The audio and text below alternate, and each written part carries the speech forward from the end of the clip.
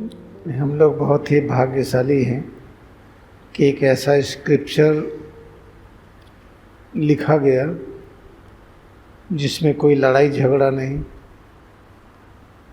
कोई जातिवाद की बीमारी नहीं, सांप्रदायिक बीमारी नहीं। पूरी दुनिया में जो कृष्ण भगवान की तरह, पैगंबर की तरह, बुद्धा की तरह जो प्रेम किए, जीसस क्राइस्ट जो दूसरे के प्रेम में सूली पर चढ़ गए, उन्होंने क्या शिक्षा दिया और भारतीय संस्कृति में क्या शिक्षा है। जीसस क्राइस्ट पूरे जीवन जब तक वो रहे, बहुत दिन तो नहीं रहे, कुछ वर्षों में ही उन्हें जो करना था कर दिए। यही पढ़ाया आई एंड गॉड आर वन। ये भारतीय संस्कृति की शिक्षा, अहम ब्रह्मास्मि।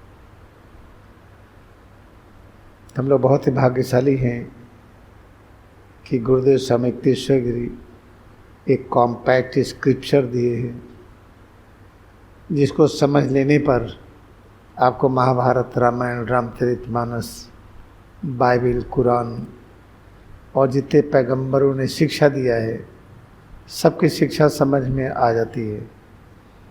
इसमें स्वामी युक्तेश्वर गिरी कहते हैं, बहुत इम्पॉर्टेंट है जानना, there is but one method by which the world both external and internal has been evolved. कि जो बाहर की दुनिया है जो बनी है, अंदर की दुनिया भी उसी नियम से बनी है। दोनों का दो नियम नहीं है। तो इसका अर्थ ये भी है, आप और गहराई में आइए, अंदर में अगर कोई कॉन्फ्लिक्ट होता है घर में तो बाहर के लोग आ जाते हैं।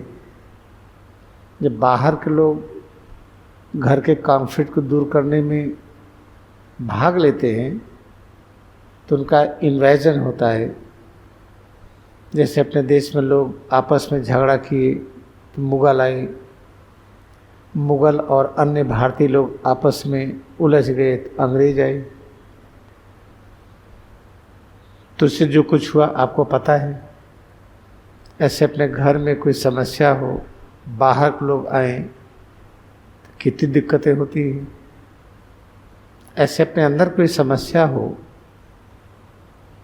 और समस्या को हम न सुलझा पाए तो बाहर से कोरोना आए, बैक्टीरिया आए, वायरस आए। बाहर की जो गर्मी, सर्दी, बरसात, ये सब ऋतुएं हैं, उनके द्वारा हम अंदर की समस्याएं को सुलझाएं। तो इसको समझिए ध्यान से। बाहर से बैक्टीरिया, वायरस और अन्य चीज़ों का प्रकोप तभी होता है जब अंदर में झगड़ा हो, अंदर में कोलाहल मचा हो। अंदर में झगड़ा है, किससे झगड़ा होता है? जो मन और बुद्धि तत्व है, जीव भाव है, जीवात्मा है,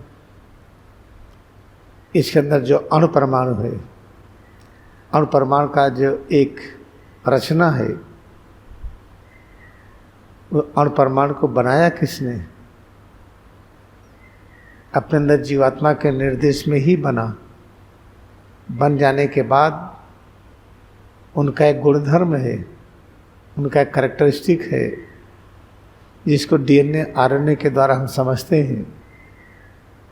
जब अंदर की झगड़ा होती है, इन एटम मॉलिक्यूल्स के व्यवहार को मन स्वीकार नहीं करता है। गर्मी लगी, परेशान है, अच्छा नहीं लगता है। ठंडक लगी, वो भी अच्छा नहीं लगता है। गर्मी ठंडक के माध्यम से हम किसका दर्शन करते हैं? सिर से पैर की अंगुली तक जितनी रचनाएं हैं। बाहर ह्यूमिड एटमॉस्फेयर है या ड्राई क्लाइमेट है, अच्छा नहीं लगता है। अच्छा नहीं लगता है, इसको कैसे समझेंगे? जब बाहर ह्यूमिड क्लाइमेट होता है तो सिर से पैर की अंगुली तक इसमें कुछ होता है जो अच्छा नहीं लगता। तो सिर से पैर की अंगुली तक जो भी अणुपरमाणु इकट्ठा हुए हैं, जैसे बाहर पहाड़ है, नदी है, समुद्र है, पेड़ पौधे हैं, जीव जंतु हैं, तो ऐसे अंदर में सब इकट्ठा हैं। जब मन और बुद्धि को उनसे कॉन्फ्लिक्ट होता है, जीवात्मा का कॉन्फ्लिक्ट होता है, तब बाहर से आक्रमण होता है।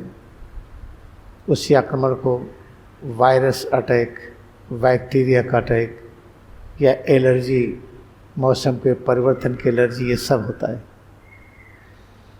तो स्वामी तीर्थेश्वर जी कितना अच्छा लिखे हैं, बाह्य जगत जिस सिद्धांत से बना है, अंदर का जगत भी उसी सिद्धांत से बना है। तो बाहर जगत में जो समस्याएं दिखाई पड़ती हैं, आंतरिक जगत में भी वही समस्याएं हैं। आज पूरी दुनिया में कोरोना वायरस, फिर उसका वेरिएंट, ये सब फैल रहा है और अभी ये फैलेगा ही जब तक हम इग्नोरेंट की सेवा नहीं करेंगे, जब तक धनी लोग गरीब को प्रेम नहीं करेंगे, जब तक जाति पात की बीमारी बनी रहेगी, हर व्यक्ति एक दूसरे से जब तक जुड़ेगा नहीं, जब तक सांप्रदायिक भेदभाव मिटेगा नहीं, घर में लड़का है लड़की है, दोनों में जब तक समान प्रेम नहीं बढ़ेगा, तब तक ये समस्याएं अभी चलेंगी। तो हमें क्या करना चाहिए? हम जो क्रिया योग का अभ्यास कर रहे हैं, सिर से पैर की अंगुली तक की अनुभूति को हम प्रेम करें। पंखा चलता हो, जो अनुभव हो उससे भी प्रेम करें। पंखा चला गया, बिजली चली गई, उस समय जो अनुभूति हो उससे भी प्रेम करें। लेटे हैं, बैठे हैं, खड़े हैं, चल रहे हैं, काम कर रहे हैं, स्वाद लेने का काम कर रहे हैं, जो भी कर रहे हैं, सिर से पैर की अंगुली तक एकाग्रता बढ़ा करके इसको ऐसा प्रेम करिए कि यही भगवान है। तब आप देखेंगे कि अंदर में जो पिछले वर्षों में अमानवीय कर्म हुआ है, शारीरिक अनुभूति को सुख दुख जब कहे हैं, तो इसके अंदर अनावश्यक वो चीज़ें आ गई हैं जिसकी ज़रूरत नहीं है। जैसे कमरे में झाड़ू लगाते हैं, पोछा लगाते हैं या मशीन साफ करते हैं, ऐसे अपने अंदर अनेक वर्षों में राग द्वेष में रहने के कारण ये अच्छा है, अच्छा नहीं है, इसके अभ्यास के कारण अनेक अंगों में अनेक चीज़ें इकट्ठा हो जाती हैं। तो उनको हटाने के लिए भी वायरस आते हैं, बैक्टीरिया आते हैं। इसलिए पोस्ट कोविड का जो इफ़ेक्ट दिखता है कि जोड़ों में दर्द, मांसपेशियों में दर्द और तरह तरह की दिक्कतें, ये जो दिखती है क्या ये? अगर हमारी मांसपेशियाँ मोटी हैं, अंदर के एक एक अंग में कुछ वजन है, वजन फालतू चीज़ों का है, तो उसको तो वायरस ने साफ कर दिया। जब साफ कर दिया तो चीज़ें पतली हो गई, मांसपेशियाँ पतली हो गई, लिगामेंट, टेंडेंस, ये सब पतले हो गए। जब पतले हो गए तो हड्डियों को आधार नहीं मिला। आधार न मिलने पर फिर तकलीफ़ होने लगती है। तो मन में शंका होती होगी, कहीं हड्डियों की बीमारी तो नहीं हो गई, कहीं जोड़ों की बीमारी तो नहीं हो गई। ऐसा नहीं है, इंतज़ार करिए, क्रिया के सिद्धांत में रहिए। जब दोबारा मांसपेशियाँ, हड्डियाँ, मसल्स ये सब अपने रूप में आएंगे तो बहुत मजबूत होगी, फिर द्वापर युग के अनुरूप होगी। इसलिए हम जब क्रिया योग ध्यान करते हैं तो हम सबका लक्ष्य यही है कि प्रभु के अतिरिक्त और कुछ भी नहीं। होली साइंस का जो पहला सूत्र है, केवल परब्रह्म का ही अस्तित्व है। तो सिर से पैर की अंगुली तक परब्रह्म इस रूप में है, इसमें होने वाले परिवर्तनों के रूप में है, श्वास के रूप में है, आँख खोल करके जो देखते हैं, आँख बंद करके देखते हैं, इस रूप में है, कान खोल करके जो सुनते हैं, कान बंद करके देखते हैं, उस रूप में है। जब दीक्षा वाली क्रिया करते हैं, तरह तरह के जो परिवर्तन होते हैं, उस रूप में है। और परब्रह्म का अर्थ प्रतिदिन आप अभ्यास कर रहे हैं। ये संपूर्ण ज्ञान का जो अस्तित्व, ये परब्रह्म का रूप है। सर्वशक्तिमान तत्व, परम शांति, परम आनंद, अमरता की अनुभूति, सर्वव्यापकता की अनुभूति, यही परब्रह्म का गुण है। तो हम लोग अब से सावधान हो जाएं कि सिर से पैर की उंगली तक होने वाले परिवर्तनों से प्रेम करें। ऐसा परिवर्तन सह ना पाएँ तो आप किसी और को देख करके आप संकोच न करिए, शर्म न करिए। बैठने का मन हो बैठ जाइए, लेटने का मन हो लेट जाइए, जो मन हो करिए, किसी की परवाह न करिए। आपको तो परमात्मा को स्वीकार करना है ना। जब इस अनुभूति को स्वीकार नहीं कर पा रहे हैं तो बैठ जाइए, लेट जाइए, कोई कुछ भी कहे। अब माँ है, छोटे बच्चे को माता पिता या कोई भी माता पिता की तरह हो, छोटे बच्चे को गोद में लिए हैं, कोई आलोचना करेंगे तो क्या फेंक देंगे? नहीं फेंकेंगे।